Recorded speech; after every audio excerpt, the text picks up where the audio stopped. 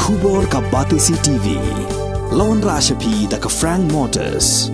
The dark is here to rule.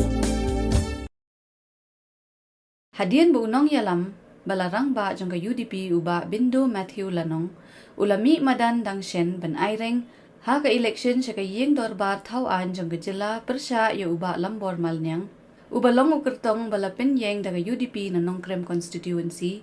na kaliang jong ka UDP kalaray ban IT ya kani ka kam siya ka core committee jong ka party ban Shim ya karay ka bapinhon lang ya baro.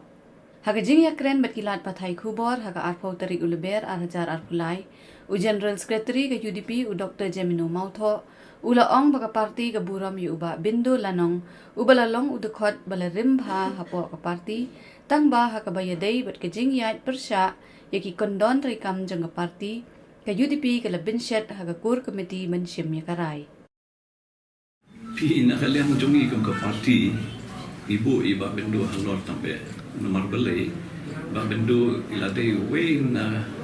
kinong yalam parti wa balak limba adon untuk basdang cuma dengan parti de Henry pada ilong rui chief advisor dengan parti de Henry short election nakaliang jongi ke parti ngilai berkreat mo man say ki candidate lagi constituency ke bapir de hadian ke jingrai ke bastard nakaliang jonga state election committee las ngode ban ano ya ke tiket sei we pat mo i candidate kan bala wan bat beneso bat ni ba lambor malnya de akabai de bat kani ka action ke ba nakaliang tungi ke parti ni berkat akabai de ba Bindo ya kata ngin saya keren hak core committee jong parti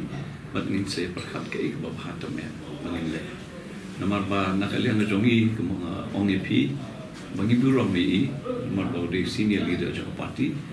then they have a politics but come tam ha be de kini election mo